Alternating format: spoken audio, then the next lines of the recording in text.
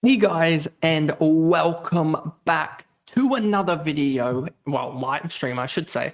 So caught up in getting uploads out to you that I almost forgot that it's a live stream today. Going through AFLW. Sorry about the delay. There was an expected delivery for around 7:30 that only came at around 8:05. So a little bit of a delay there on the live stream, but it'll mean that we just go a tad bit later. And today, most of it tonight, I should say, is going to be just sort of going through options in AFLW Fantasy, more so a live trade targets video. As we know, in AFLW, cash gen is king, and or I should say queen in this context. And so, yeah, just enabling you to get cash gen is going to be the biggest thing, and not getting stuck with 300k rookies that do nothing on your bench and really just rot there.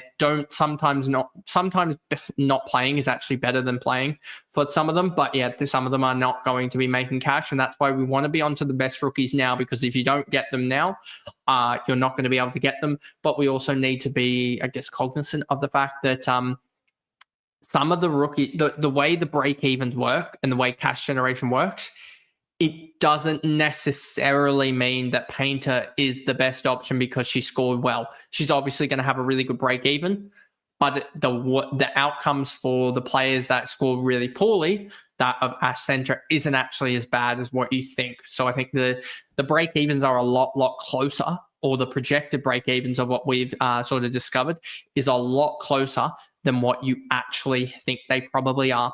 But anyway, let's jump into this now and jump into a little bit. And yeah, just get your initial questions into the live comments below. Maybe put down your actual trades and all that, so that we can see who you're trading in, who you're trading out, because that sort of gives me a way in which I can monitor, I guess, or just see where a lot of people are heading. Because yes, there are some people that will go a little bit more rogue than others. Some people will go a little bit more streamlined than others. So yeah, we're going to just see what you guys have.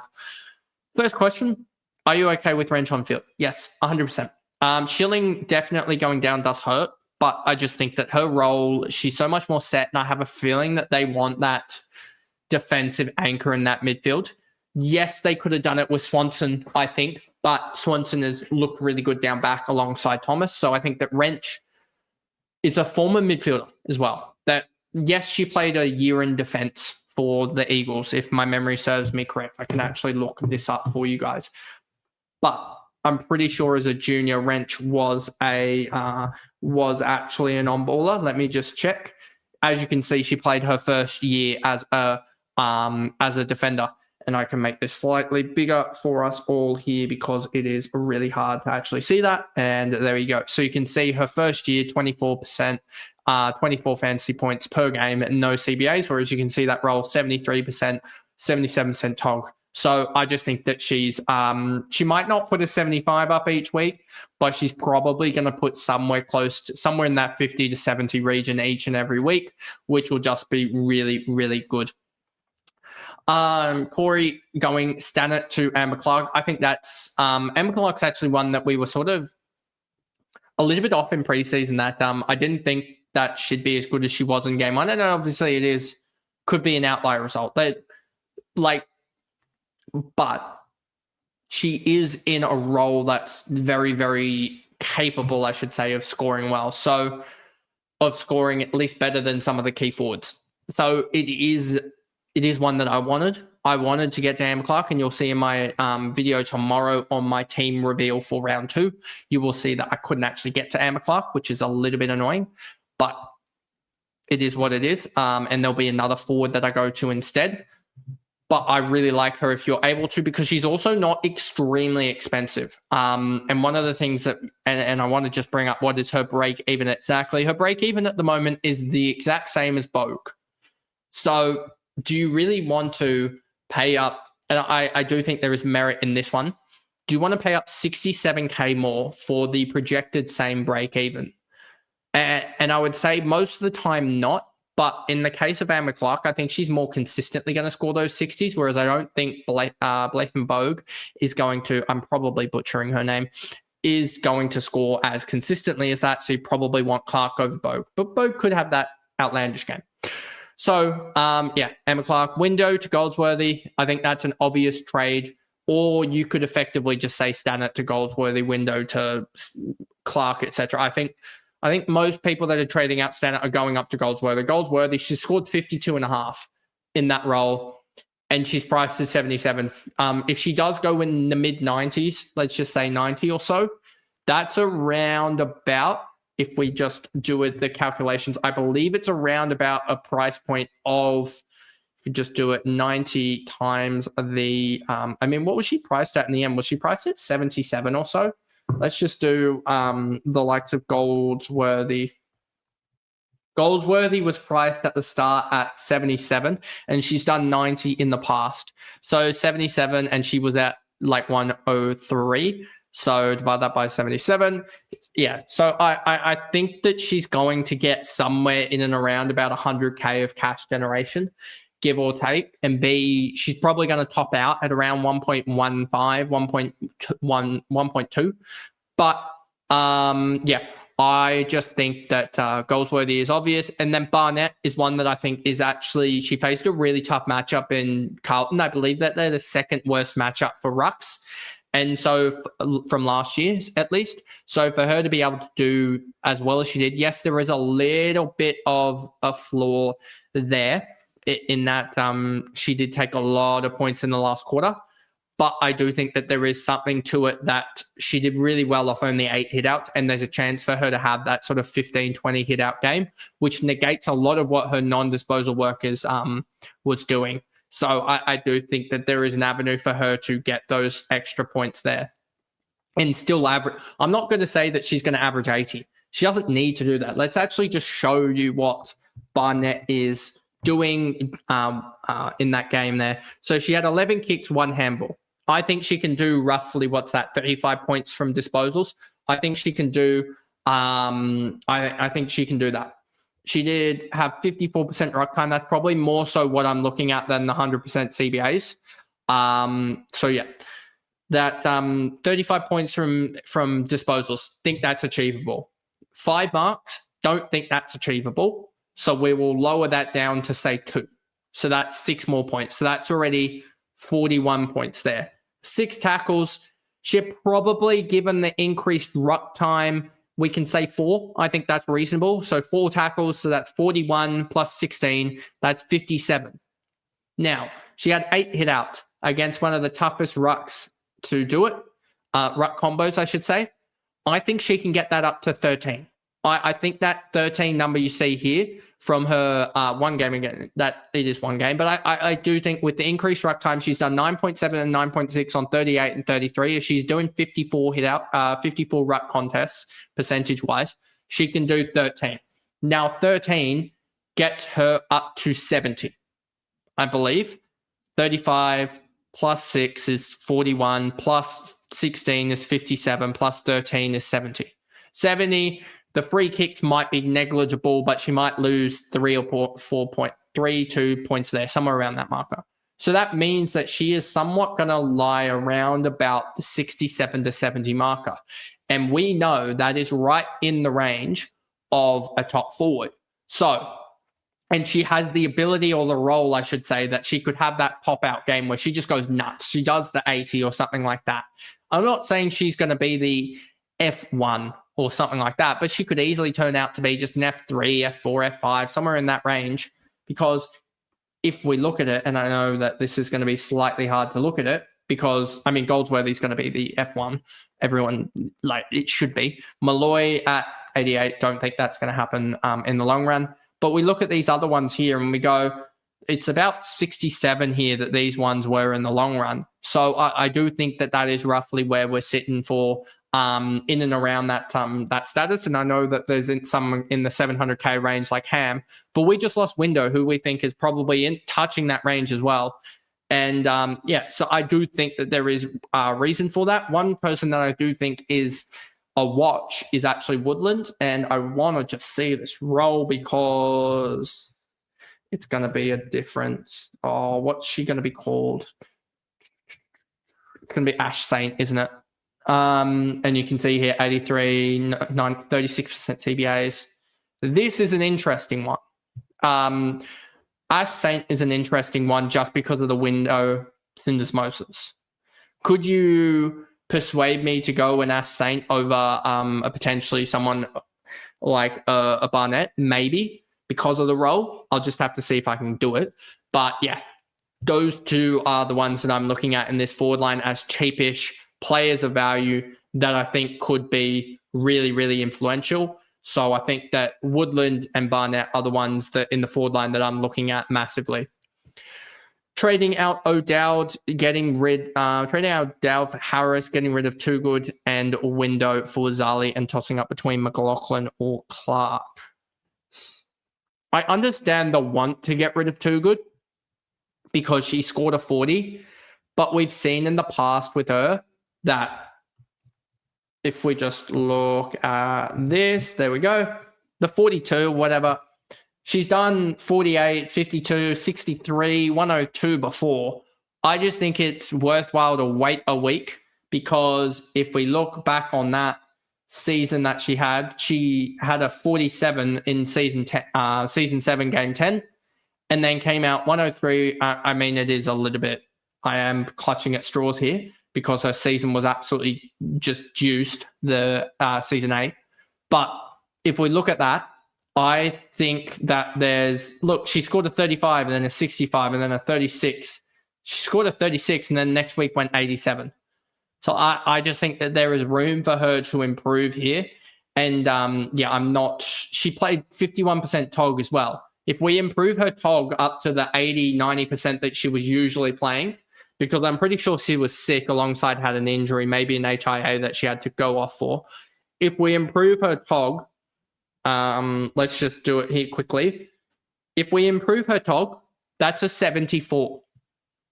If we just improve her TOG. So I know she's not going to kick 2 goals regularly, like 2 goals, more than 2 goals regularly, etc. But I just wait and watch with her because I think she's going to have that big game that everyone's going to be annoyed about. And you picked her for a reason. I don't think one game, which is potentially an outlier, going to sway that enough for me. I think there's bigger, more role issues with Stannett and some others that I'm more worried about early on because the forward line is almost just an absolute stinker of a line.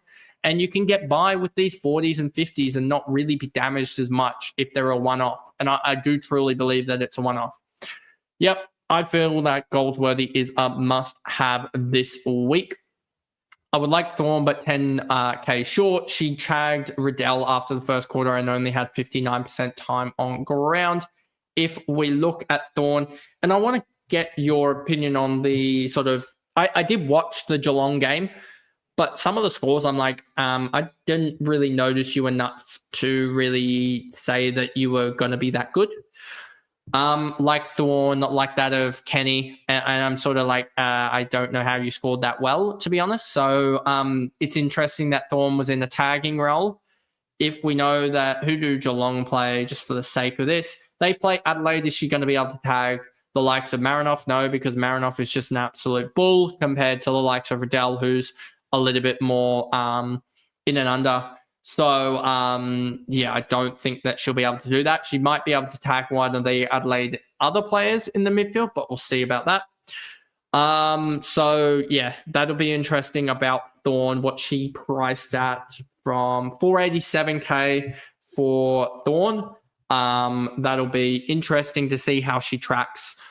I'd probably wait a week and just see, because if she is going to go 67, another 67, she'll go up to say 100 she'll go up to 620K or so, and you might be able to buy her in there, but we'll just have to wait and see. But she could easily drop a sinker when she's not tagging, and suddenly you're like, well, there's no point having her almost after trading her in. Grace Cole's 90% CBAs. I think she can turn it around. The problem is that you've just lost a week of cash generation. And I know Butler did lose cash, etc., compared to Coles, who didn't. But like, I'm moving Butler on to someone that's going to make cash this week, whereas you guys are stuck with Cos, potentially McDonald as well. Some people have the double up there where McDonald might lose cash, etc., but you can't really maneuver her onto without wasting a trade almost to, I guess, get the cash gen started. So Cos, she will turn it around. She'll probably score 60 and be an option next week to trade in. But it's just the fact that if she does go again and score a 20, with O'Dowd potentially getting more ruck time, because I don't see there being that huge pick, that's huge upside with Cos. I don't see there being that 70, 80. I do think that she probably is going to struggle. And that she probably isn't going to be much more than a 40, 45, which is a slow burn. And a 40, 45 is only in around about that 500K max out, which isn't much cash generation. So I'd rather go for someone that's going to potentially go 50, 70, 20, and 60 and make that cash a lot quicker. So that's why I'm happy that I didn't go Cos compared to others that have her. O'Dowd, more ruck time. Yeah, I do believe that is going to happen. She sat like the first 20 minutes, which was weird or something, or didn't ruck a contest in the first quarter. I was like, what is going on here? So that was definitely interesting with the likes of O'Dowd. And she was priced at about 800K as not a defender, as a ruck, I believe, if I get rid of Thorne here. O'Dowd, 856 from her last year, and she scored a 50. So will be interesting, obviously coming off of the basically no AFL preseason, playing the Irish Gaelic football over there and flying over on the Sunday and playing on the Saturday after. So barely any preseason, if any at all, probably just deloading. And she's only going to get better, I feel like, because she probably just had tired legs from a full season, I guess, over in the Gaelic football over there. And then you've got here, started Cronin, but the tog was, disgusting, if I remember correctly. Let me just grab up Cronin. I believe it was about like 40% at one point. 60% in total for 28. Yeah, get rid of her. There is no value there compared to what I thought it would be. I thought that she was going to be one that would potentially get that really good role at Collingwood, and I thought that she'd be potentially that one that got that sort of 60, 65 in her. But I think now with the 28 in her system, dropping 61K, she's probably going to drop a little bit more in next week, and you might only have 500K on her head next weekend to trade. I should say for round 3 to trade. So yeah, I don't think Cronin, you can really go forward there with that. Some started Bacon. I did see that. I thought Bacon had a really good role, but yeah, just the scoring was never there for her. I don't think she's much of a scorer compared to a lot of others that have the role. Like, she's in a really good role, if my memory serves me correct, unless she got shifted to halfback. Let's actually see. 38% CBAs isn't the worst role on 81%.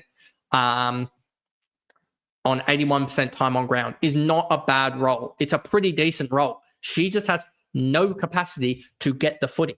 Like 5 touches. Just get another 5 touches and she's on what would that be? Probably a 43, 44, and you'd be looking at that going, not the worst, not the best, but not the worst. Like, she's one that probably will turn it around, but is one that might be one that we pick up. Like, she's 333K. She probably has about a 25, 26 break even. Like, she's probably one that we pick up next week once we start going, we should actually get rid of this defender because they've had a stinker and their break even's bad and now they can go, etc. So yeah, always the first week or 2 with rookies are the hardest because you're cutting someone that you did like in preseason, and they do probably have a role. Sometimes they don't have a role. But yeah, the first couple of weeks is bad, but Bacon probably is now on the trade out just because she didn't score well. But then again, also she's in a role, so it's like she's probably going to have that big breakout game. But yeah, that was pretty bad. Let's just see. Her junior numbers as well weren't that compelling, I would say, or at least her VFL numbers weren't that compelling when you actually looked at it. It was more so she was the only one that everyone knew was in a good enough role to actually score somewhat. And some others have just popped up like we had with Wrench there. How good was Ellie McKenzie? she was really good for what. So Ellie McKenzie put up a pretty decent display there. She ended up on a 92 from 66% TOG, 20 touches, 3 marks, 6 tackles. She's probably one that if Prasparkas had failed or something like that, like there was a couple in that range that if Prasparkas had failed, you'd probably go and move to a McKenzie or something like that because you want the cash and you want that player with the role. And McKenzie, I'm pretty sure, has that complete role in that midfield. If we just go to Ellie McKenzie and we go here and look at it, 81% TOG, 66% time on 81% CBA, 66% time on ground for a 92. That's perfect. I would just worry that with that low TOG in that game, whether it be the fact that she just had did she have a concussion test or anything of that regard? Because we know the concussion test does take off we know it does take off the likes of about a fifth of the game, that 15 minutes. So I want to just check if any of her quarters were just outlandishly low in terms of TOG. She had in the first quarter, that's just her overall game. Quarter 1, she had 87% TOG. Quarter 2, she had 24% TOG. Quarter 3, she had 78% TOG. And quarter 4, she had an amazing quarter 4 of 35 points. And it was on 77% TOG. So I think it's more likely that she's actually had that concussion protocol test, which meant, I want to ask this question. Did she get concussion, not concussion protocol, but tested maybe 6 or 7 minutes into 20%, 25%? That's about 4 minutes into the second quarter would be when I would ask if she did get concussion tested for that, because that would line up with her numbers, her sitting out the last 15 minutes of the quarter and then coming back on and doing fine. So that's where I think has happened. So I do think that she's one that is a watch in the next week or two, because if she makes that jump and is scoring 100 suddenly, she's one that I think everyone needs to be careful of. But I just wait and watch with that, with the Richmond, how they go. Number 1 forward to bring in this week is Zali Goldsworthy. If it means you got to field if it means you got to field someone else, like a Tonin for another week or something like that, it's fine. Like Tonin will do better as well, I feel like, because she's in that role. I think 40 is Tonin's sort of lower bound and sort of 60 is her upper bound. So yeah, I think fielding Goldsworthy, who has the ability now, and getting Goldsworthy now, when she not only has, I'm pretty sure Goldsworthy has a pretty decent game first week that we'll all have her. Collingwood, that could be a week where she goes and scores 120. Like, there is a legitimate concern that she just does whatever the heck she wants against Collingwood and scores 120. Her one game against Collingwood was a 30 on 79% TOG in season 7, which is so long ago. That was probably like her almost debut game. It was her 5th game, and it was her about, 6th lowest? It was her 3rd lowest score of all time. 3rd lowest score of all time in her 5th game. So not going to repeat. I think you're more likely to see a big game from Goldsworthy here. She's gone 168 against Carlton before. She's done a 117 here. She's done 1, 2, 3, 4, 5 tons in the space of 30 games. So 1 in every 6 games she's tunning up. And she averaged 90 that year that she did that big one.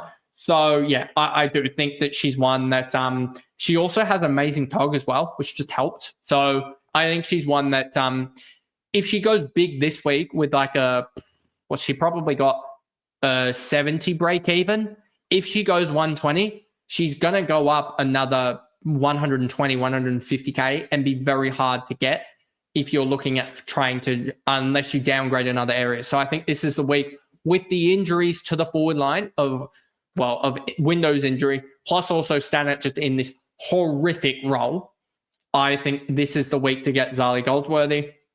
And so there's that. Changed Zippy out for Centra because they named her on ball. Was annoyed about that. Yeah, the Centra one, they named her on ball and then just played her as a medium forward, which was weird. So I think she definitely looked like that less of a preseason due to injury was there. So I do think that it will take her a little while, but it's just her raw numbers that are like, if you trade her out on the week that she goes a 70 or 80 and makes that 100K, or even goes, say she breaks out and goes 100 like Painter did.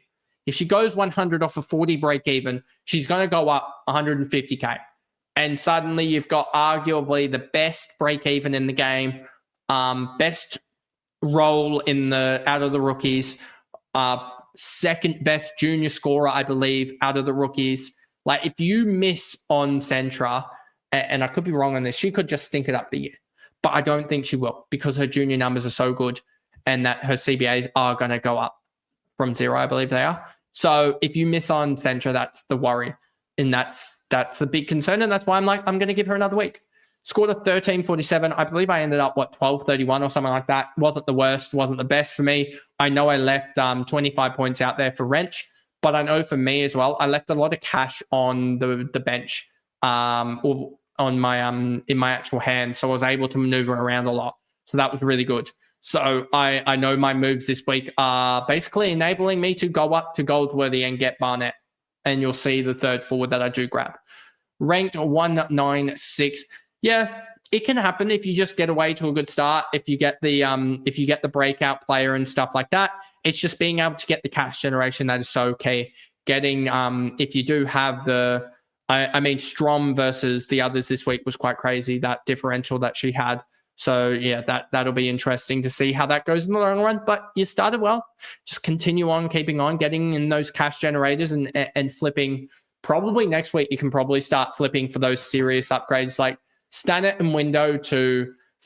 Well, for me, basically I sideways this week completely and got rid of some really bad, some injured plus some really bad roles. Whereas I think a lot of people are, going to be able to maneuver on and start upgrading next week, which you're probably in that position. Any names to fix Butler? I think the top 2 names from memory. Let me just bring up the likes of the projected break even. So for the forward, you've got Bogue and Clark at 18 and 19 break even respectively.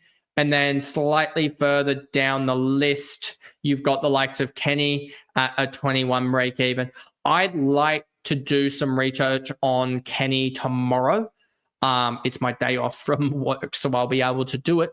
But that'll be my big sort of research point, just to finish off round 1 into round 2, I should say, is just what is this role for Kenny? Because if Kenny's role is sustainable, she's 399K. She's like an extra 20K than Bogue, but that extra 28K for that role, and it's an extra only 2 more break-even points than the likes of Clark, but you're getting, say, a similar role for 30K cheaper. It'd be 40K cheaper, 39K cheaper, sorry. If you're getting that, that's a really, really good one. So I need to do a little bit of research there if I can possibly. You know what I can actually do? AFLW, and then bring up, where did the likes of, where did they name her? You know what's going to happen? They're going to have named her on the bench, aren't they? Which just is annoying when it is someone of that caliber. Patrick, O'Rourke, Thorne, Bragg, and McDonald. No, didn't name her on the bench. They played her on the wing. Do I want a winger for that price? That'll be interesting. I think I'm willing to go for Kenny in a wing because we've seen what Friswell did, than actually Blythe and Bogue, which sounds crazy. But I actually do think there's merit in this. If you go to Kenny here, 50 points. I think, is that right? Yeah, 50 points as well, from 73% TOG, 12 touches, 5 marks, 2 tackles, only 10 touches. But yeah, I think there's merit here. I'm just intrigued to see where they place her this week. But we'll see about that on Thursday night. I don't think any of my players lock out on the Thursday. Oh, they do. So we'll have to see on the Thursday night where they name her. But I'm hoping that they name her in a decent enough position. But she is playing the final game of the round. So that'll be interesting because Collingwood do play the Saturday. We've got till Saturday now. We got time. So we'll have the extended benches cleared by the time we get to first game at 105, which is really good. So yeah, I'll probably actually just do my team reveal for the women's to come out on Friday or Thursday night, I should say. But yeah, that'll be interesting. That we do have such time there to wait and watch on the extended benches for that to see where she exactly is placed, because we know that Geelong had a couple of injuries.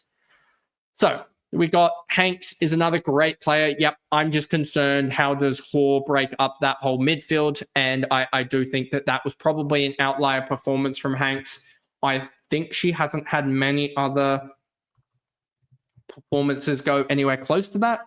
That was her highest score by 12, and she's only in her other, you can see, I'm more inclined to say that was an outlier performance, her going at 1.96, than to say that that's the new norm with her. I still think that she can probably average 85, and maybe it touches to 90 now that you've got that 125 in the system.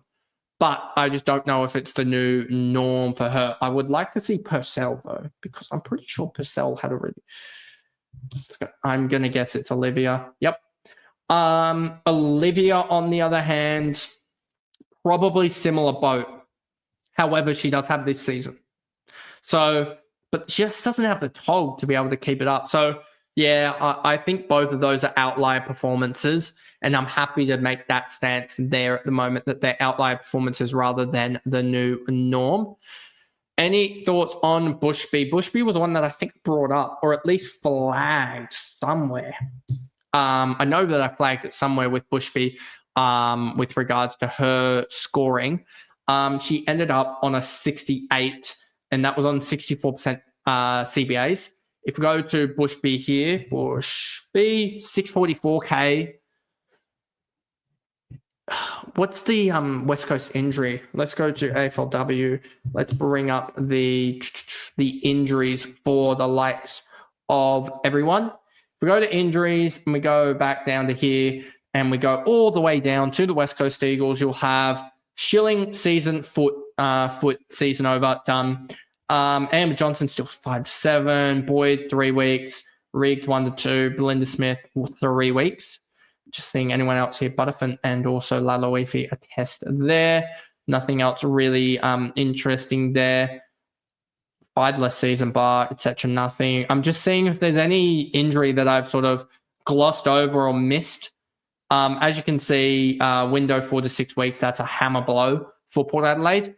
But yeah, nothing really there. Nothing there for North. Nothing there for Melbourne other than Kate Hoare just being a constant test.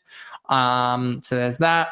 Hawthorn, nothing here except for the likes of Fleming with her knee 4 to 6 weeks.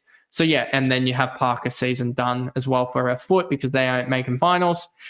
And then Whitford is a test. We expect her to play. Test for Fitzpatrick and DePoy, which could also impact the likes of Havana Harris's role.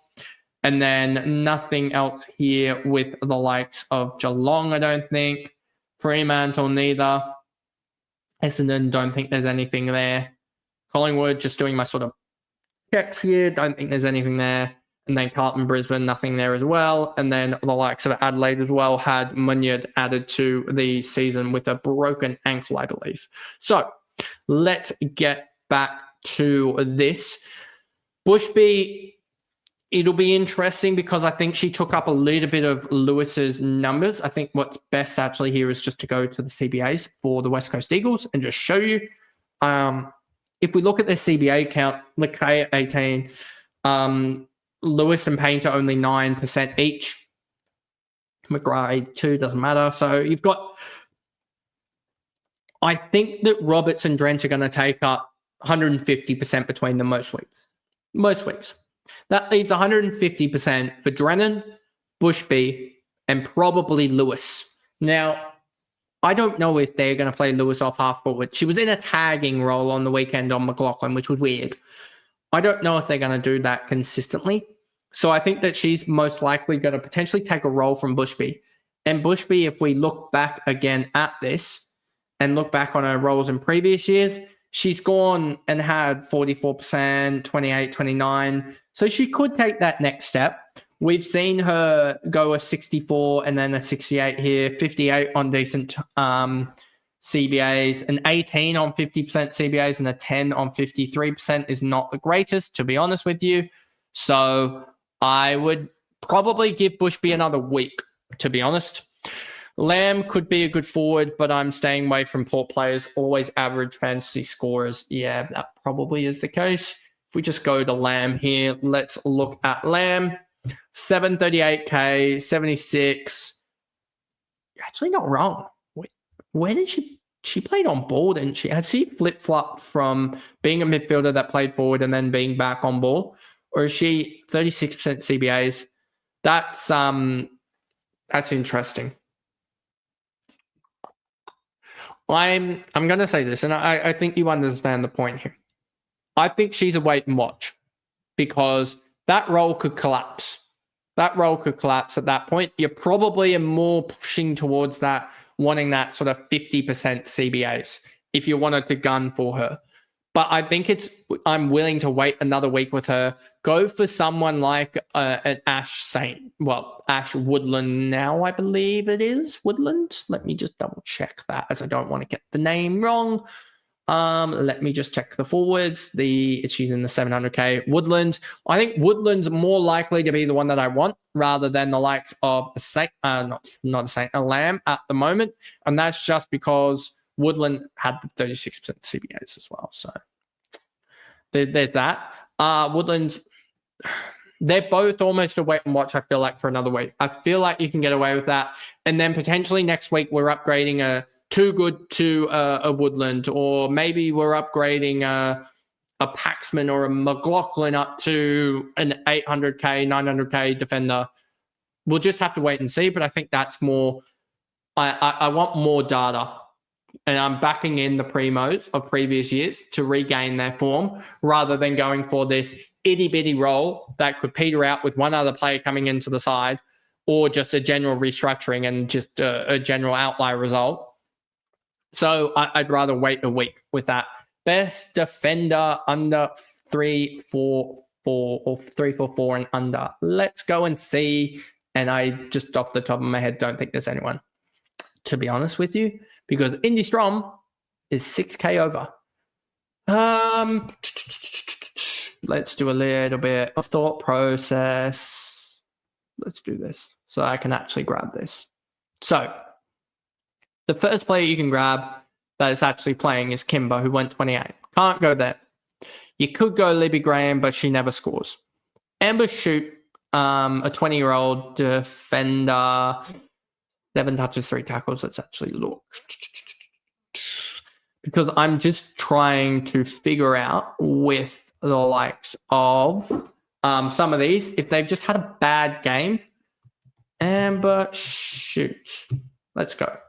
Because like at 344, you really want to be staying out of that range. You really want the sort of so Cronin plus 3, not someone under it. But have 300. Oh, okay. I thought that meant you were trading Cronin out to a rookie, etc., and doing something else, and you needed the best rookie. So Cronin plus 344K, that's like 800K or something. So let me just double check that. 837, 334K, 871. You miss Georgie by just a little bit, don't you? Georgie Stathis, done. Georgie Stathis, easy. That is the undeniable. That is so easy to say that. I don't even have to look again. Georgie Stathis, maybe you go in Ellinger because you just have that enough money, but I'd be picking between those two. Heath's role, I think, is going to collapse or has the ability to collapse. And you're probably not wanting Watson. But yeah, Georgie Stathis was the one that I was like, I really wish I could actually have a defender spot to get her. But yeah, she's the one that I would like. And can't get her this week. But looking at her next week, and yeah, I can't see anyone else that's like screaming out to me being like, oh, you should pick her. Like no one in the 700K range. Goodnick's just got the same role, but second option, not first. So you pick the first option in Georgie Stathis. For 500K, 600K forwards. 500, 600k forwards. I'm almost tempted to go unders. Because I want to ask this question, Lee. Is this forward playing on field? Because if this forward is playing on field, there's a slightly different conundrum. But if this forward isn't playing on field, then there's a different set of sort of... Because, like, I'm looking at the 500k going, there's no one really in that. 300k, you don't really want to play that person on field. But I do think that the likes of Emma Clark is the best of both worlds. But she's both fieldable. Like, yeah, she needs to be fielded. So I would say Clark or Thorne is probably where you've probably asked this question out of. I think Clark's in the better role. If we just go to Amber Clark, I'm pretty sure she had junior scoring as well. And St Kilda actually looked like a half-decent side this year. If we go to it, it's probably slightly outlierish that she was playing in Essendon, was in a crap Essendon side, and has now gone 12 touches, 4 marks, 1 tackle. She's probably not going to do exactly this, but she can provide that 40 or so score that you need for... She can probably provide that 50 or so score that you need with the potential for that big breakout 60, 70 score for 2 weeks. And then you're like, I can finally actually upgrade her. But yeah, I don't think there's anyone in that 500k range that I like at all in the forward line. If we just look at it here quietly. I mean, Houghton could, but I wouldn't be going there. Stevenson, I don't think you had... Houghton, let's go to Stevenson. I don't think you had a decent role either. I mean, if you didn't have too good, you probably wouldn't be trading into her. Smith, no. There's no one here that I'm liking the look of. Unless you were to say Ponta gets back to her best now that Randall is there, but that would be a long shot. I'd want another week of Ponta scoring horrifically to go there. Someone pointed out Moya with a 53 could do, but I think also she was used quite a lot because they were actually tagging the likes of McLaughlin, which you don't really see. And then just saying, what was that? Who was that for the... Will, that was Georgia Stathis and then Ellinger. Pick between those two because you have 871, I believe it is. I believe it's 871, and Ellinger's 855, and Georgie's in the like 810s. So one of those two, my first initial thought was Georgia Stathis because she's a 70s and she has that lead role in the back line, whereas we did see for a moment that Ellinger did move to the wing, which is a iffy role. So Moya, 53. Let's just look here. Does she have other games? She's got a 53 again. 56. Another 46, 53. She could do. Moya's probably in the safer role than the likes of Clark and has the cash on her already. Yeah, I could see that. It's just I do think that she might have been positively impacted by the likes of McLaughlin getting tagged. So I'd wait and watch on that one with Moya, but definitely did do really well. 12 touches, 5 tackles. So one to watch there.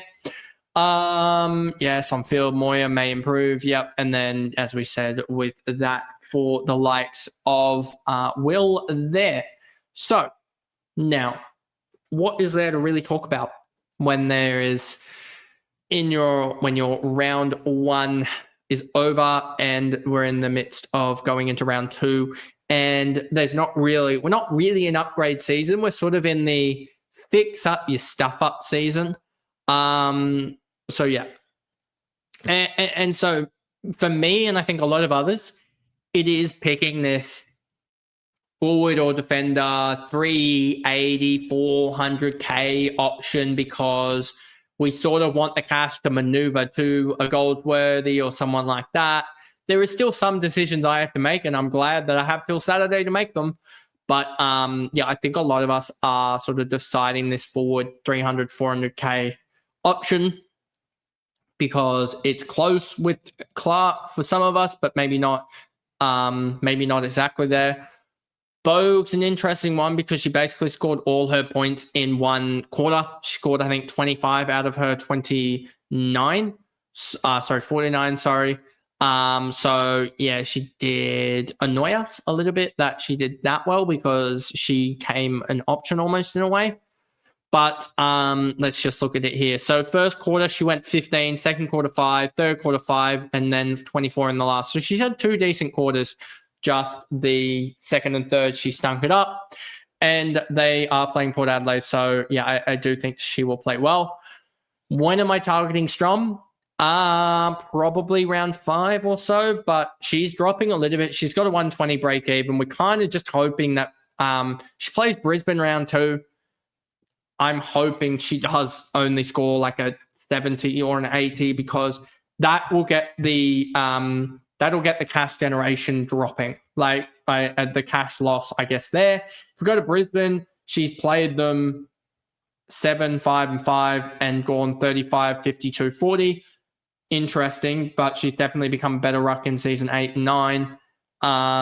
So we could see her do a massive one. It's her lowest actually scoring side. I don't know, has she got any other side where she played them for like a really poor score in the last couple of years? What's her lowest score in the last couple of years? 81, 83, a 62 here against Adelaide, toughest matchup. I do think Brisbane is a relatively tough matchup from memory. A 75 against Sydney. Let's actually just look at the AFLW matchups for the likes of Fremantle and sort of show where I'm trying to see that she's got an open run. I'm missing where Fremantle are. Here we go. So she's got Brisbane, and we go. Brisbane are a relatively tough matchup for rucks, if my memory serves. Then she's got North. She averages against North a full 67 with a best of 84, and that 84 came in season 8. Didn't play them in season 9, so that'll be interesting. As season 8, she only averaged 79. But I don't think North is an easy ruck matchup for her. Then she's got Sydney, which is one of the toughest ruck matchups with Moffat there. I don't think anyone went well there. Let me just check. What did Pop Kelly go? Kelly went a 62, which is down from her season average by roughly, I believe, 980k. What did she go? Let's actually just double check this. I can check this off here. Go to Kelly here. That's the wrong Kelly. We go to Pop Kelly here quickly and look at her average. She averaged 72, so down 10 on her previous year average. So that's a bad matchup. Then she's got the Eagles. Then she's got Essendon. Then she's got Carlton, which is slightly tough. Then she's got Hawthorn. Now, if we look at her matchups here and we go to it, Essendon, she went 175 last year. Matchup that you want. The Port Adelaide matchup is actually her second best matchup. And so that's interesting there. She went 130 and scored 105 in the 2 games there. Then Western Bulldogs, Geelong. Hawthorn still is averaging all right in that she's gone 101 in the season 9. So if we actually look at it, she's got, what did she average against Carlton? Let's just look at this. Carlton, she averages 69 against them with a 104. That 104 and 92. Okay, so Carlton's a good matchup for her, I think. So if we look at it, Sydney, bad matchup. West Coast Eagles, great matchup. Essendon, great matchup. Carlton, still a decent matchup. Hawthorn, decent matchup. Melbourne, let's just quickly look at Melbourne and then GWS. Melbourne, she has, where is Melbourne? I've missed it. Missed it again. Here we go. A 93 against them in season 9. So that's still a decent enough score. And then she's got GWS, where she went 108 on she's gone 108 in season 9 as well, which is still a great matchup. So yeah, I'm intrigued about it. So yeah, I do think that is a really good run of games. And like Gorm Mad has said here, I do think that the Brisbane matchup will be tough. I don't think it will be outlandishly tough, but I still think she could go 85 in that very easily if she just drops off her tackles. So yeah, I'd be intrigued to see, because if we actually look at the direct comparison in the Port Adelaide games, look at this. She was playing Schultz both times. She's gone 33 hitouts to 14. She dropped 20 points and only really caught up because she had 10 tackles compared to 9. So, yeah, I do think that there is going to be a drop-off for her. She just played one of her best matchups to start the year. So I'm targeting her around 5, which is another 3 matchups away. I'm hoping, if she goes 80, 80, 80, she's probably going to drop 100K, 120, another 100. She's probably going to drop 300K in that time, which 300K gets her about 1.1. Also, hopefully, she goes 80, 80, 80. If she goes that and drops to 1.1, I'm grabbing her there because she gets that roundabout turn against the Eagles where she's going to go well. So that's where I'd be looking at for the likes of Strom, is when you want to target her. But plenty of stuff happens in the chaos of the year. Edmonds started off well, so we'll see how the Rucks go in general. But anyway, I think this is a good point to finish the live stream. A shorter one, this one, mostly because we started off a little bit late. But you'll see me back here 5 or 5:30, so maybe 6 o'clock on the Thursday. So tomorrow night for the team sheets, we'll see how they change, what's going to happen with all the injuries, where players are named, etc. As it can probably give us a slight indication of what's going to happen. But anyway, I hope you guys enjoyed that live stream. Thank you all for putting in the comments below and getting all that and enjoying the conversation, I guess, in general. And I will see you guys in